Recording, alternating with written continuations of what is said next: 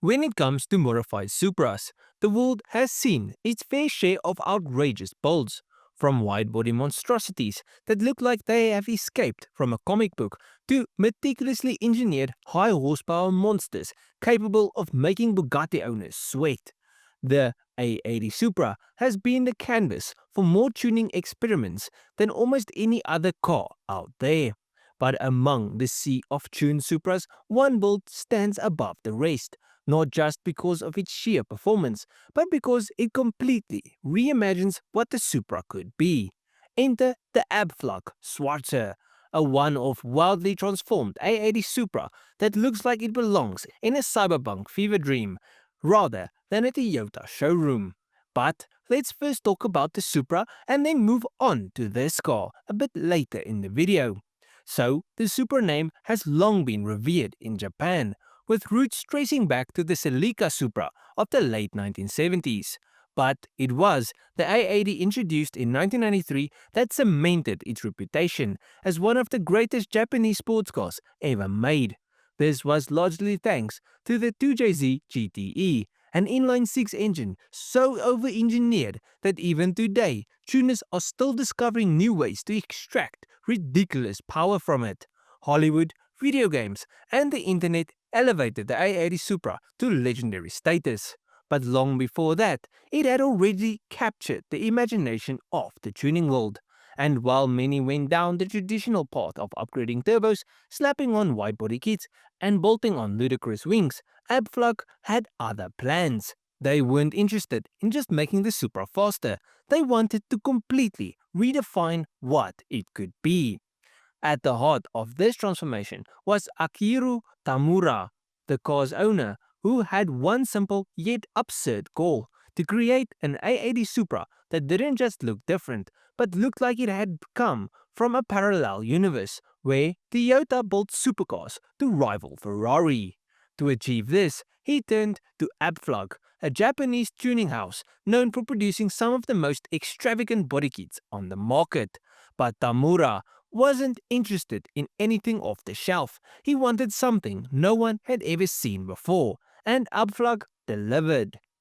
The result was the Schwarzer, a name that translates to black in German, and the car is every bit as sinister as the name suggests.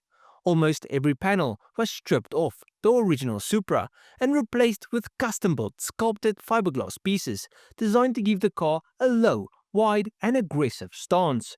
If you squint hard enough, you could still recognize the A80's silhouette, but only just.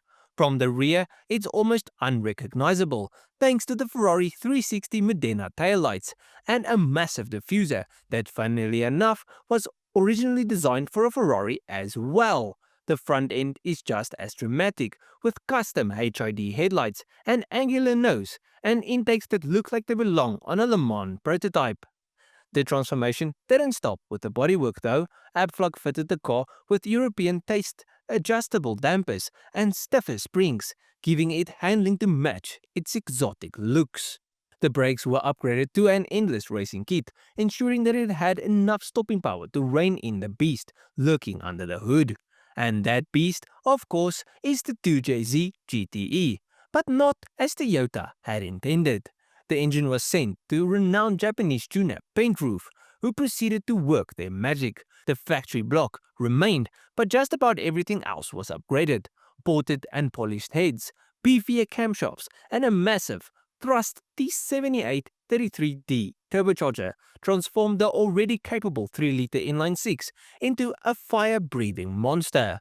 The exhaust was entirely custom-built by Abflug using titanium, ensuring that the Schwarzer not only looked like a supercar, but sounded like one too. Mated to its G-Track 6-speed manual, the engine produced a staggering 620 horsepower and 650 pound-feet of torque, all sent to the rear wheels via a two-way TRD limited slip differential. The result, a car capable of hitting 201 miles per hour and covering the quarter mile in just 10.8 seconds. Performance figures that put it in the same league as the Mercedes-Benz CLK GTR. Inside, the transformation continued. Abflug gutted the factory interior and replaced it with an Alcantara-laden masterpiece featuring bright Stradia Japan SPL seats, a set of Defi Stepmaster gauges, and a custom Ital Spirit Swatcher steering wheel. The layout was completely reimagined, emphasizing the car's new identity as a supercar rather than just a modified Supra. And just to add that final touch of theatricality, Abflug installed hydraulic scissor doors because everyone knows a real supercar always have them. Anyways, while the Swatcher remains a one-off build, its influence on the tuning scene cannot be overstated. It represents the ultimate fusion of JDM engineering and European supercar aesthetics, a car that blurs the lines between tuner-built and bespoke supercar, and in many ways it raises an interesting question. What if Toyota had taken a different approach to the fifth generation Supra? You see, when the A90 Supra was revealed in 2019, it immediately became one of the most controversial cars Toyota had ever built, sharing its platform and powertrain with the BMW Z4. It was criticized for not being a true successor to the A80. Instead of developing an all-new inline-six, Toyota took the more cost-effective route, using BMW's B58 engine. While undeniably a capable unit, it lacked the legendary status of the 2JZ. But what if Toyota had done what Nissan did with the GTR and built a modern JDM supercar killer, powered by a modernized 2JZ and featuring a body sculpted with the same level of artistry as the Mura's one-off creation? The reality is that such a car was never going to happen, but that doesn't mean that we can't dream. But at the end of this video, let me know what is your opinion on all of this. Do you think the A90 Supra would have been a success as a supercar killer rather than just a sports car? And also let me know if you guys enjoyed this video.